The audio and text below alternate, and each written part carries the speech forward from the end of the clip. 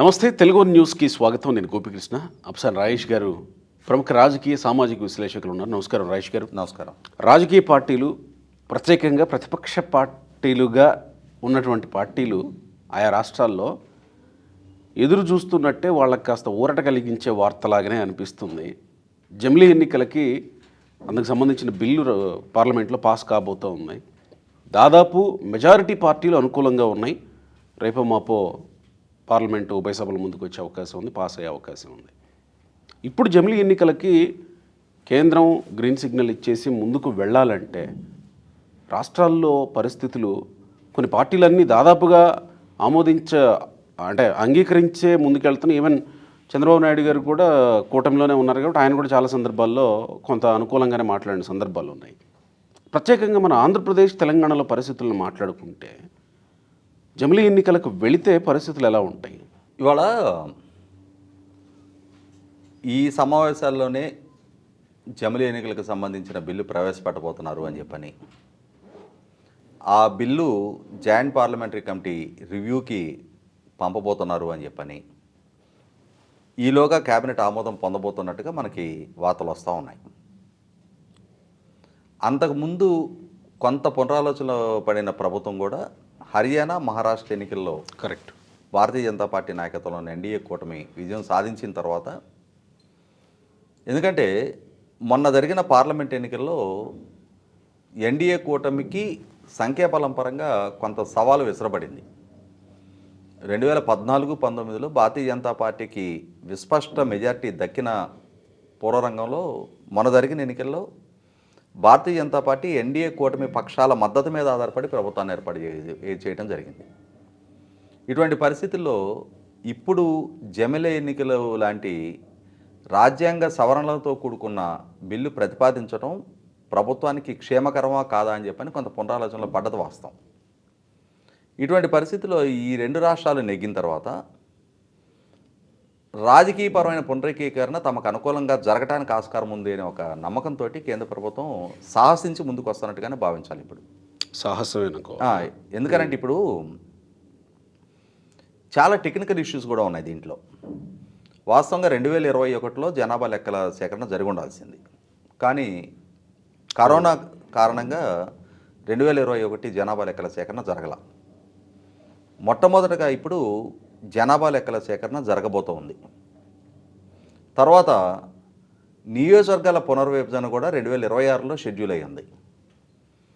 2021లో జరగాల్సిన జనాభా లెక్కలు ఇప్పుడు 2025లో జనాభా లెక్కల ప్రక్రియ మొదలుపెట్టి 2025 అంతానికి దాన్ని పూర్తి చేసి దాని డేటా ప్రాతిపదికగా నియోజకవర్గాల పునర్విభజన జరిగి ఈ ప్రహసనం పూర్తయిన తర్వాత ఈలోగా లోక్సభ, రాజ్యసభల్లో కనుక ఈ బిల్లును ఆమోదం పొందింపజేసుకుంటే అప్పుడు జమిలీ ఎన్నికల ప్రక్రియ సజావుగా మొదలు పెట్టడానికి ఆస్కారం కలుగుతుంది ప్రభుత్వానికి.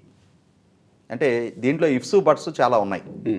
టైం ఫ్రేమ్ ప్రకారం జనాభా లెక్కలు పూర్తి అవ్వాలి, నియోజకవర్గాల పునర్విభజన పూర్తి కావాలి, పునర్విభజన జరిగిన తర్వాత దాని మీద అభ్యంతరాలని కాల్ఫర్ చేసి ఫైనల్ నోటిఫికేషన్ రావాలి. ఈ ప్రక్రియ అంతా పూర్తవ్వాలి. పూర్తయిన తర్వాత కూడా ఉన్న సవాళ్ళు ఏంటి అంటే, బిల్లు ప్రవేశపెట్టిన తర్వాత 6 రాజ్యాంగ సవరణలు జరగాల్సిన అవసరం ఉంది. ఇప్పుడు ఇందులో ఇవి కొనసాగించుకోవటానికి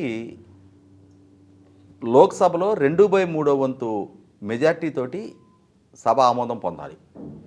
ప్రస్తుతం ఉన్న సంఖ్యాబలం పరంగా చూస్తే 545 మంది సభ్యులున్న సభలో 292 మంది సంఖ్యాబలం మాత్రమే, అంటే 273 మ్యాజిక్ ఫిగర్ అయితే, ఆ మ్యాజిక్ ఫిగర్ని దాటి కేవలం 19 మంది సభ్యుల ఆధిక్యతే ఎన్డీఏ కూటమికి ఉంది.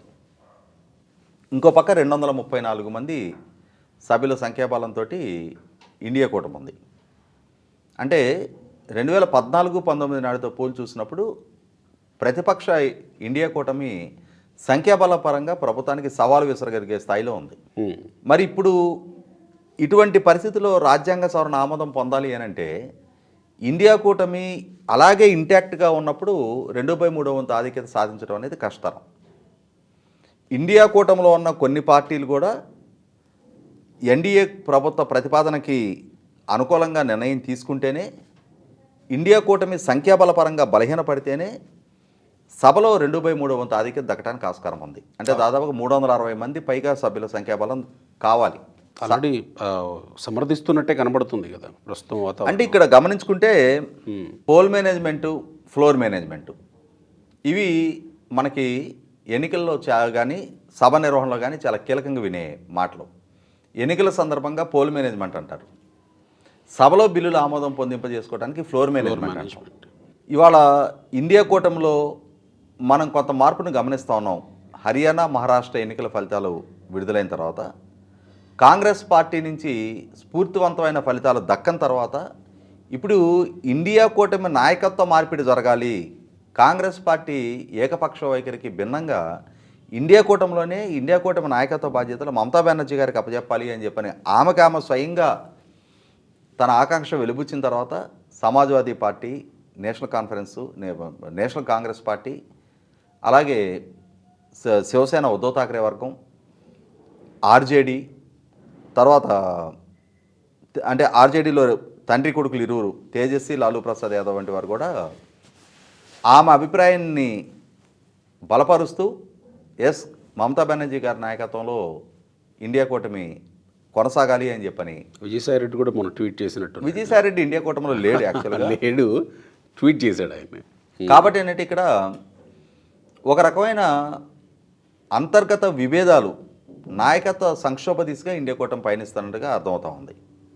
సో అలా పరిస్థితులు ఎన్డీఏ కూటమికి అనుకూలంగా మారి ఇండియా కూటమి వారిలో వారు స్వయంగా సృష్టించుకుంటున్న సంక్షోభ పర్యవసానం విభేదాలు పొడచూపి ఆ విభేదాల పర్యవసానం కనుక ఎన్డీఏ కూటమికి అనుకూలంగా పరిణామాలు మార్పు చెందితే అప్పుడు ఎన్డీఏ కూటమి ప్రభుత్వం ప్రవేశపెట్టే బిల్లు ఆమోదం పొందడానికి ఆస్కారం ఉంది. తర్వాత సగం కన్నా ఎక్కువ రాష్ట్రాలు ఆమోదించాలి. అంటే 15 రాష్ట్ర ప్రభుత్వాలు ఈ బిల్లుకి ఆమోదం తెలపాల్సి ఉంటుంది. ఇప్పుడున్న సంఖ్యాబల పరంగా చూస్తే రాష్ట్రాల్లో ఆమోదం పొందడం కూడా కష్టతరమైన అంశం కాదు కదా. కాబట్టి ఏంటంటే సాంకేతికంగా ఉన్న అంశాలు ఇవి. అయితే ఇక్కడ రాజకీయ పరంగా కూడా కొన్ని చిక్కుముళ్ళు ఉన్నాయి. ఇప్పుడు మీరు ఇందాక మొదట్లో ప్రస్తావించినట్టుగా ఆంధ్రప్రదేశ్, తెలంగాణల పరిస్థితి ఏంటి? ఇప్పుడు ఆంధ్రప్రదేశ్ రాష్ట్ర ప్రభుత్వం ఉంది, ఎన్డీఏ కూటమి ప్రభుత్వం ప్రజల హై ఎక్స్పెక్టేషన్స్ తోటి ఈ అధికారం దక్కించుకుంది. డెఫినెట్గా అంటే జగన్మోహన్ రెడ్డి గారి వల్ల రాష్ట్ర విధ్వంసానికి గురైంది, రాష్ట్ర బ్రాండింగ్ దెబ్బతింది, రాష్ట్ర యువత నిరుద్యోగంతో ఒక నైరాశ్యలో మునిగిపోతూ ఉన్నారు, శాంతి భద్రతలు కొరవడుతూ ఉన్నాయి, ఉపాధి అవకాశాలు మృగ్యంగా మారిపోయి ఉన్నాయి, సంపద సృష్టి అగమగోచరంగా మారి రాష్ట్రం అప్పులకుప్పగా మారింది అనే వీటన్నిటి నినాదాల మధ్య ప్రజల ఆందోళనతోటి ఎన్డీఏ కూటమి ప్రభుత్వాన్ని ప్రజలు ఒక హై ఎక్స్పెక్టేషన్ తోటి ఎంపిక చేసుకున్నారు. మరి తదనుగుణంగానే ఎన్డీఏ కూటమి కూడా రాబోయే 5 సంవత్సరాలకు తగిన ప్రణాళికలు సిద్ధం చేసుకుంటూ ఉంది. ఇవాళ ఒక 2 ఇష్యూస్ మాట్లాడుకుందాం. పోలవరం ప్రాజెక్టు 2027 డిసెంబర్ నాటికి పూర్తి చేయాలని చెప్పని ఒక లక్ష్యం పెట్టుకున్నారు. 2027 డిసెంబర్ నాటికి ఆ ప్రాజెక్టును పూర్తి చేసి ఆ జలాలు ప్రజలకు అందించి ఆ ఫలాలు అందుకున్న ప్రజలలో ఒక సానుకూల దృక్పథాన్ని ప్రభుత్వానికి అనుకూలంగా మలుచుకొని అప్పుడు ఓటు పొందడం ఒక ఎత్తు. ఈలోగా ఉత్తరప్రదేశ్తో పాటుగా ఎన్నికలు వచ్చాయి అనుకుందాం, జమిలి ఎన్నికలు. మేము ప్రాజెక్ట్ 90% పూర్తి చేసాము, 95% పూర్తి చేసామంటే దాన్ని ప్రజల పరిగణలోకి తీసుకోరు. ఆ ఫలాలు అందాయా లేదా?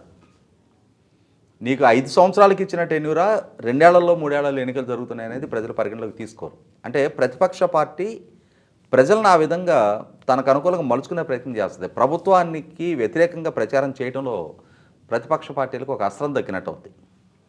ఇవాళ రాజధాని నిర్మాణమైన పారిశ్రామిక పెట్టుబడులు, లక్షల కోట్ల పారిశ్రామిక పెట్టుబడులు ఓవర్నైట్ గ్రౌండింగ్ అవ్వవు. ఆ పరిశ్రమలు నెలకొల్పబడాలి, తద్వారా ఉపాధి కల్పన జరగాలి. ఆ ఉపాధి కల్పన ద్వారా ఆయా ప్రాంతాల్లో ఇండైరెక్ట్ ఎంప్లాయ్మెంట్ కూడా పెరగాలి, తద్వారా అక్కడ సివిక్ కమ్యూనిటీస్ పెరగాలి, సంపద సృష్టి జరగాలి, ట్యాక్స్ రెవెన్యూ జరగాలి.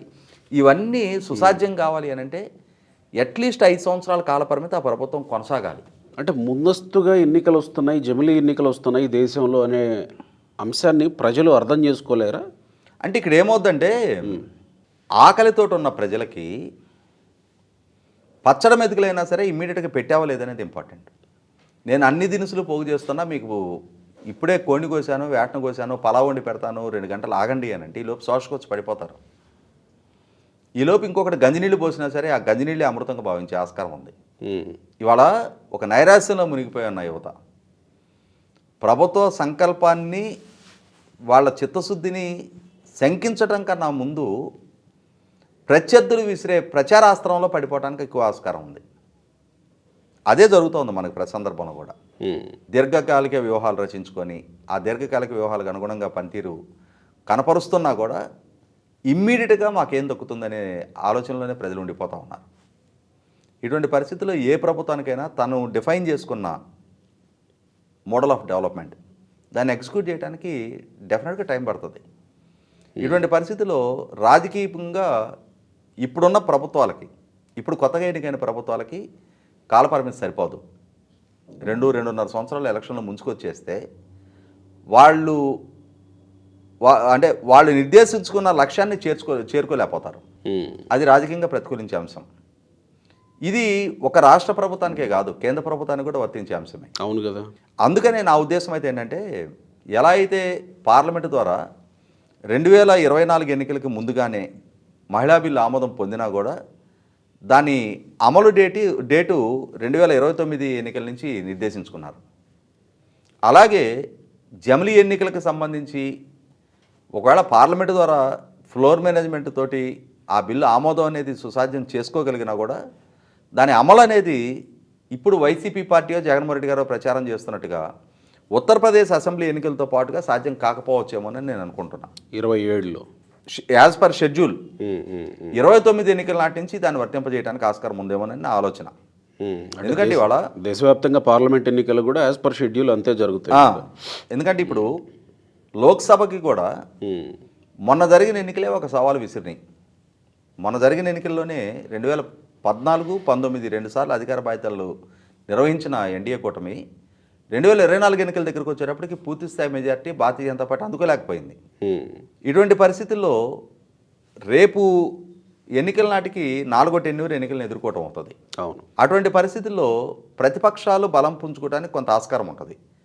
అటువంటప్పుడు వాళ్ళ పూర్తి స్థాయి టెన్యూర్ అధికారం చెలాయించి తమ ప్రణాళికలు అమలుపరుచుకునే ఆస్కారం ఉన్న దగ్గర అటువంటి ఆస్కారాన్ని తిలోదకాలు ఇచ్చేసి ముందస్తు ఎన్నికలకు వెళ్ళటం వల్ల ప్రభుత్వం కూడా మా లక్ష్యాలని వీటిని ఛేదించాము, ఈ ఫలాలు ప్రజలకు అందిస్తున్నాము అని చెప్పని చెప్పుకోవడానికి ఆస్కారం ఉండదు. అంటే ఇక్కడ రాజకీయ అంశాల, సాంకేతిక అంశాల, ప్రజా ప్రయోజనాల అనే 3 అంశాలు ఉన్నాయి. మీరు చెప్పిన 2 అంశాలతో పాటు ప్రజా ప్రయోజనాలు అనేది కూడా ఒకటి ఉంది రాజేష్ గారు. ఈ జమిలీ ఎన్నికలకు వెళ్ళటం వల్ల ప్రజలకు ఒరిగేదేంటి? ఇక్కడ కేసీఆర్ గారు 1-10 సార్లు చెప్తారు, మాది ఫక్తు రాజకీయ పార్టీయే, మాదేమో అహోబిలం మఠం కాదు అని చెప్పని. ఏ రాజకీయ పార్టీ అయినా అంతిమంగా అంటే ప్రజాక్షేమం గురించి ఆలోచిస్తూ, సమాజ హితం గురించి ఆలోచిస్తూ వాళ్ళ రాజకీయ పార్టీ క్షేమం కూడా వాళ్ళు ఆకాంక్షిస్తారు. అంటే వాళ్ళ పాలన వల్ల వనుగురే ప్రయోజనం తమ రాజకీయ పార్టీకి సిద్ధించాలని చెప్పని కోరుకుంటారు. ఇవాళ తమ ప్రభుత్వం వల్ల తీసుకున్న ఒక నిర్ణయం వేరే ఇంకేదో రాజకీయ పక్షానికి లబ్ధి చేకూరుతుంది, తమకు ప్రతికూలంగా పరిగణించుద్ది అని అంటే ఒక్క క్షణం కూడా ఆ నిర్ణయం పక్కన పెట్టడానికి వెనక ఏ రాజకీయ పక్షం కూడా. కాబట్టి వాళ్ళ ఎన్డీఏ కూటమి ప్రభుత్వం కూడా ప్రస్తుతం మొన్న ఎదురైన ఎన్నికల ఫలితాల దృష్ట్యా, అంటే ఎన్డీఏ కూటమిలో ఒక బీజేపీ గురించి మీరు మొన్న ఎదురైన దీని గురించి చెప్తారు. అంటే భారతీయ జనతా పార్టీకి కేంద్ర ప్రభుత్వం ఇవాళ వాళ్ళ నాయకత్వంలో మిగిలిన పార్టీలు సేల్ అవుతా ఉన్నాయి. కరెక్ట్. ఇటువంటి పరిస్థితుల్లో మనకి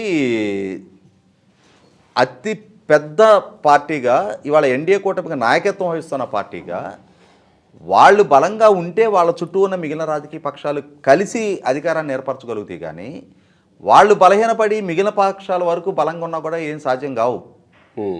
కాబట్టి ఇక్కడ 100% భారతీయ జనతా పార్టీ కోణంలోనే కూడా ఆలోచించి తీరాలి మనం. అదే సందర్భంలో మిగిలిన రాజకీయ పక్షాలు కూడా ఇవాళ కీలకంగా ఉన్న తెలుగుదేశం పార్టీ ఇవాళ ఒక సంక్లిష్ట పరిస్థితుల్లో రాష్ట్ర సారథ్య బాధ్యతలు తెలుగుదేశం పార్టీ నాయకత్వంలోని ఎన్డీఏ ప్రభుత్వం చేపట్టడం జరిగింది. రాజధాని ఎక్కడా అనే ప్రశ్న, పారిశ్రామిక పెట్టుబడి లేని పరిస్థితి, రోడ్డు ఇన్ఫ్రాస్ట్రక్చర్ చాలా అధ్వానంగా ఉన్న పరిస్థితి, శాంతి భద్రతలు కొరవడి ఉండి రాష్ట్రం అప్పుల కుప్పగా మారున్న పరిస్థితుల్లో అధికార బాధ్యతలు చేపట్టిన తర్వాత వీటినన్నిటినీ చక్కదిద్దగలం, సంపద సృష్టి చేయటం ద్వారా ప్రజలకి మరింత మెరుగైన సంక్షేమాన్ని ఇవ్వగలం, అభివృద్ధి సంక్షేమాన్ని సమపాలలో పరిగెత్తించగలం అని చెప్పని ప్రజలకు వాగ్దానం చేసి అధికారంలోకి వచ్చారు. మరి అటువంటి ఒక సుదీర్ఘ లక్ష్యాన్ని ఛేదించడానికి 2 సంవత్సరాల టైం అనేది చాలా తక్కువ టైం. ఇక్కడ ఇంకొక ప్రశ్న కూడా వస్తుంది. ఈ కూటమి ప్రభుత్వాన్ని ఇంత భారీ స్థాయిలో గెలిపించడం వెనుక కేవలం వీళ్ళేదో ఇస్తాం సంక్షేమం లేకపోతే అభివృద్ధి మోడల్తో పాటు మూడో అంశం జగన్మోహన్ రెడ్డి మీద వ్యతిరేకత, అప్పుడు వ్యవహరించిన తీరు మీద వ్యతిరేకత అనే చర్చ కూడా ఉంది కదా. మరి ఒకవేళ ఈ 2-3 ఏళ్లలో మళ్ళీ జమిలీకి వెళితే అంత వ్యతిరేకత ఎదుర్కొన్న జగన్మోహన్ రెడ్డి మీద మళ్ళీ ఏమన్నా ప్రజలు రియలైజ్ అయ్యే అవకాశం ఉంటుందా 3 ఏళ్లలోనే? అంటే ఇక్కడ మన ఎన్నికల వ్యవస్థలో ఉన్నది ప్రత్యామ్నాయ అవకాశాలు లేని పరిస్థితుల్లోనే కొన్ని రాజకీయ పక్షాలను ప్రజలు ఆశ్రయించి తీరాల్సిన దుస్థితి తలెత్తా ఉంది. ఇవాళ ఎన్డీఏ కూటమికి ప్రత్యర్థిగా ఆంధ్రప్రదేశ్ రాష్ట్రంలో జగన్మోహన్ రెడ్డి గారే కొనసాగుతూ ఉన్నారు. జగన్మోహన్ రెడ్డి గారి పట్ల వ్యతిరేకత పెరిగితే ఎన్డీఏ కూటమికి సానుకూలత, ఎన్డీఏ కూటమిని డిఫాల్టర్గా చిత్రీకరిస్తే ప్రత్యామ్నాయంగా జగన్మోహన్ రెడ్డి కనిపిస్తూ ఉంటారు. ఇంకొక ప్రత్యామ్నాయ రాజకీయ శక్తి ఆవిర్భావం జరిగితే తప్ప. కాబట్టి ఏంటంటే ఇక్కడ జగన్మోహన్ రెడ్డి గారు కూడా వీటన్నిటిని దృష్టిలో ఉంచుకొని తన రాజకీయ కార్యకలాపాలు ఈ రోజు నుంచే వేగం పుంజుకోవడానికి ప్రయత్నం చేస్తూ ఉన్నాడు. కాబట్టి ఏంటి ఇటువంటి పరిస్థితుల్లో రాష్ట్ర క్షేమం దృష్టి ఆలోచించిన, ప్రజల ఆకాంక్షలకు అనుగుణంగా ఈ ప్రభుత్వం పనిచేయాలి అని చెప్పని అనుకున్న దానికి తగిన కాల వెసులుబాటు ఆ ప్రభుత్వానికి కల్పించాలి. ఇందాక ఆ పాయింట్ మిస్ అయ్యాం.